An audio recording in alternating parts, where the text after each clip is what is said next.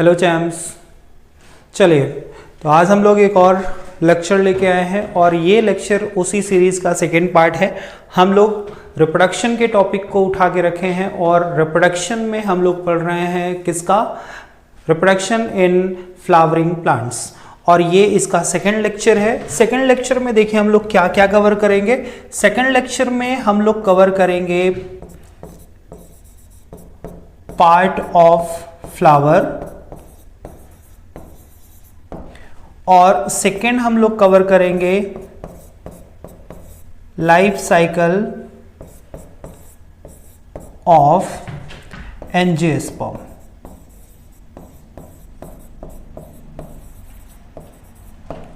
ठीक, हम लोग रिप्रोडक्टिव फेज की बात पहले ही कर चुके हैं। रिप्रोडक्शन में कौन कौन सी फेजेस आती हैं, उन फेजेस में कौन कौन से फिनोमेना होते हैं, ये सारा कुछ हम लोग पहले ही कवर कर चुके हैं फर्स्ट लेक्चर में। अगर आप नहीं देखे हैं तो पहले फर्स्ट लेक्चर देखिए, उसके बाद ये टॉपिक आपका क्लियर होगा।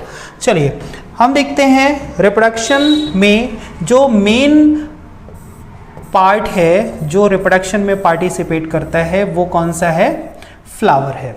ठीक है, तो इसमें देखिए बेसिकली जो फ्लावर होता है इसमें दो तरह के पार्ट होते हैं। किसी भी फ्लावर में दो तरह के पार्ट होंगे। अगर हम एंजियोस्पर्म के फ्लावर की बात करें तो इसमें दो पार्ट होते हैं।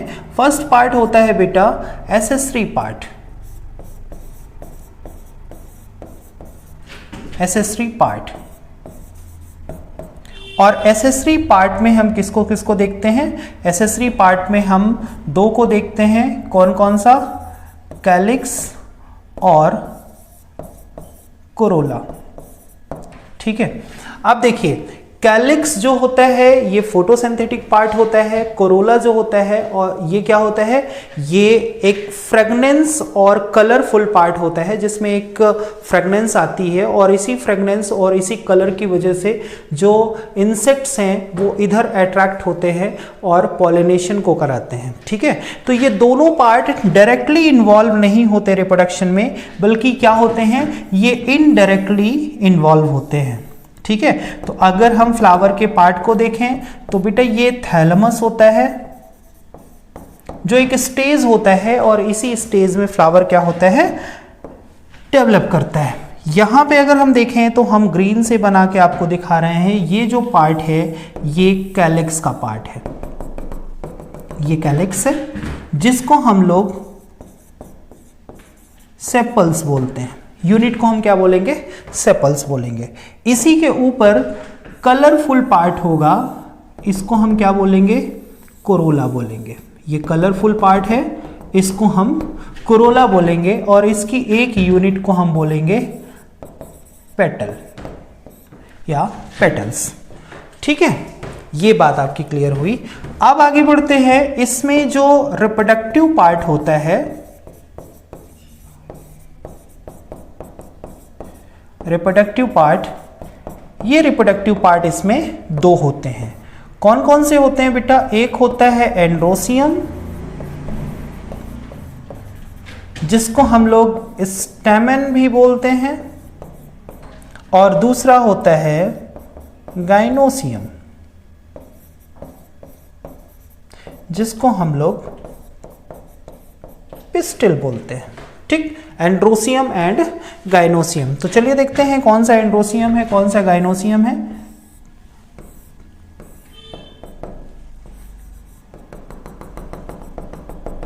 ये देखिए, ये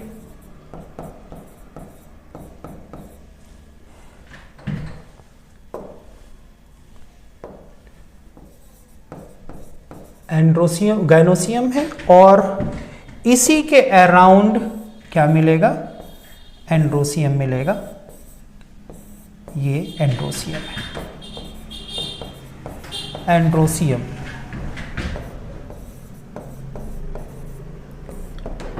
ठीक है, और ये दोनों क्या होते हैं,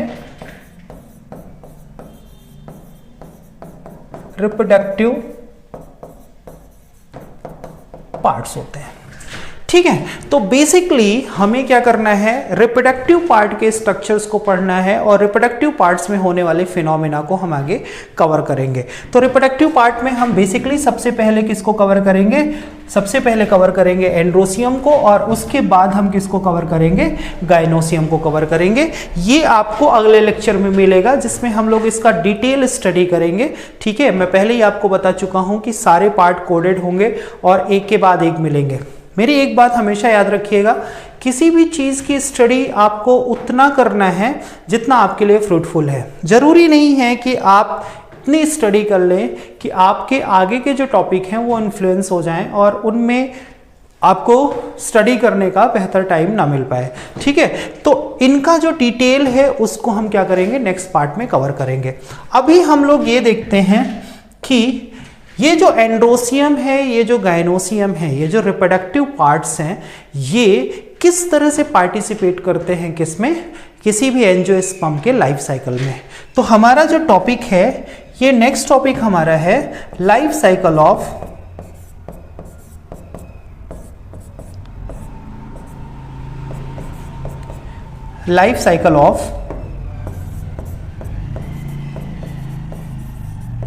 एंजियोस्पर्म। यहां पे हम लोग क्या करेंगे, लाइफ साइकिल की स्टडी करेंगे। किसकी लाइफ साइकिल, एंजियोस्पर्म की लाइफ साइकिल का। ठीक है, तो यहां पे देखिए, सपोज करिए एक कोई एंजियोस्पर्मिक प्लांट है। ठीक, ये एंजियोस्पर्मिक प्लांट है, इसमें एक फ्लावर है, सपोज करिए ये फ्लावर है,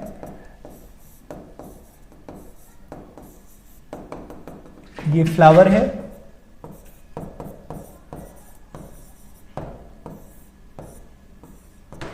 ठीक, आप देखिए इसमें दो पार्ट होंगे, वही रिप्रोडक्टिव पार्ट जो मैं आपको पहले बता चुका हूं।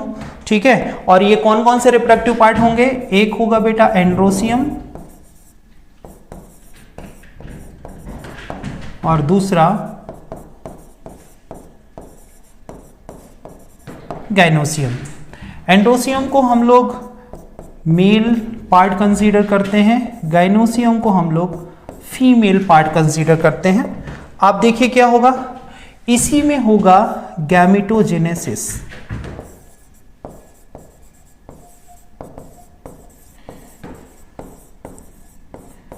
गैमेटोजेनेसिस में देखिए क्या बनेगा, गैमेटोजेनेसिस में एंड्रोसियम से बनेगा पोलन और गायनोसियम से बनेगा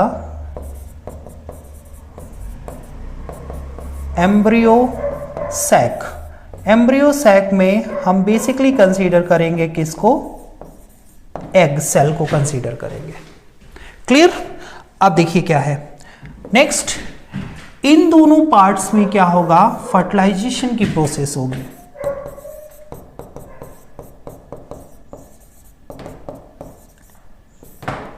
इन दोनों पार्ट में किसकी प्रोसेस होगी, फर्टिलाइजेशन की प्रोसेस होगी। फर्टिलाइजेशन का मतलब क्या होता है, फ्यूजन ऑफ गैमेट्स। ठीक है, यहां पे देखिए फ्लावर को हम 2n ले रहे थे, हैप्लॉइड डिप्लॉयड कंडीशन में था, ये भी डिप्लॉयड कंडीशन में है 2n, बट जैसे ही गैमेट का फॉर्मेशन होगा ये किस कंडीशन में आ जाएगा, n कंडीशन में आ जाएगा।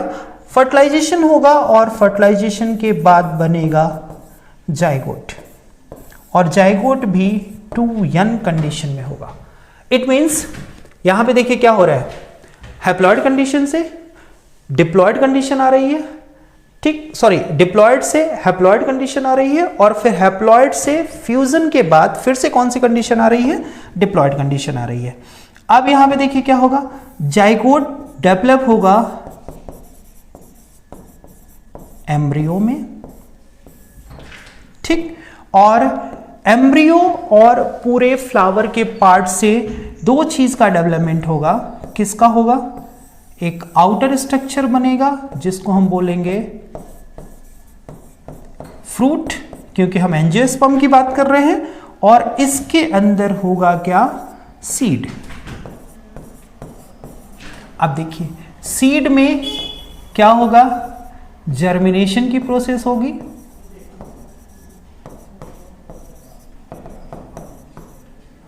और जर्मिनेशन के बाद ये फिर से किस में चेंज हो जाएगा, फिर से किस में बदल जाएगा, ये बदल जाएगा उसी प्लांट में जिस प्लांट की स्टडी हम कर रहे हैं। ठीक, जर्मिनेशन के बाद ये उसी में क्या हो जाएगा, कन्वर्ट हो जाएगा।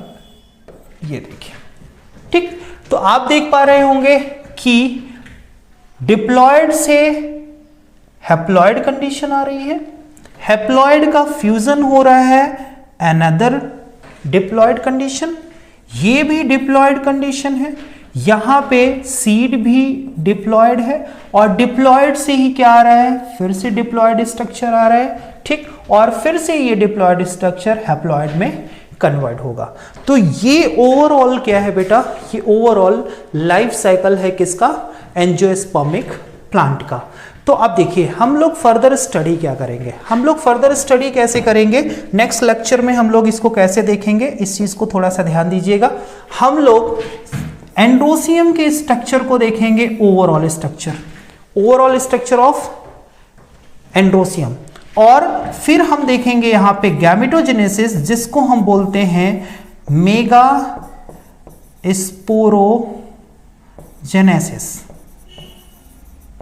ये हमारा सबसे मेजर टॉपिक होगा, नीट वगैरह में यहां से काफी अच्छे क्वेश्चन पूछे जाते हैं।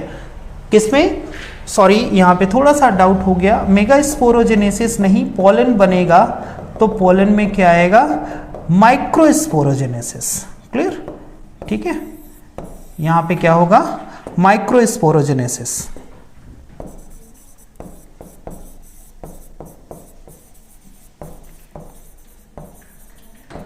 माइक्रोस्पोरोजेनेसिस। ठीक, यहां पे हम लोग क्या पढ़ेंगे, मेगा स्पोरोजेनेसिस। ठीक, हमेशा याद रखिएगा जब भी किसी प्लांट में क्या बनेगा, मेल स्ट्रक्चर बनेगा, मेल गैमेटोफाइट बनेगा, तो उसे हम माइक्रोस्पोर बोलेंगे, और जब भी फीमेल गैमेटोफाइट बनेगा उसको हम मेगास्पोर बोलेंगे। ठीक है, तो ये ओवरऑल क्या है, ओवरऑल आपका लाइफ साइकिल ऑफ एंजियोस्पर्म है। एंजियोस्पर्म की लाइफ साइकिल इसी प्रोसेस में आप कह सकते हैं, इन्हीं स्टेप में क्या होती है, कंप्लीट होती है। ठीक, तो नेक्स्ट लेक्चर में जो मेन हमारा लेक्चर का टॉपिक होगा वो कौन सा होगा, the male part of flower. ठीक है, अब रिटर्न चलते हैं फिर से फ्लावर में। फ्लावर में आप देख पा रहे होंगे कि यहां पे दो पार्ट है, सेपल एंड पेटल्स। ये किस तरह से पार्टिसिपेट करेगा या इनडायरेक्टली कैसे हेल्प करेगा रिप्रोडक्टिव प्रोसेस में। ठीक, तो यहां पे देखिए सेपल बेसिकली क्या होता है, ग्रीन कलर का होता है, इट मींस इसमें क्या होगा, क्लोरोफिल होगा। ठीक, तो ये परफॉर्म करेगा फोटोसिंथेसिस,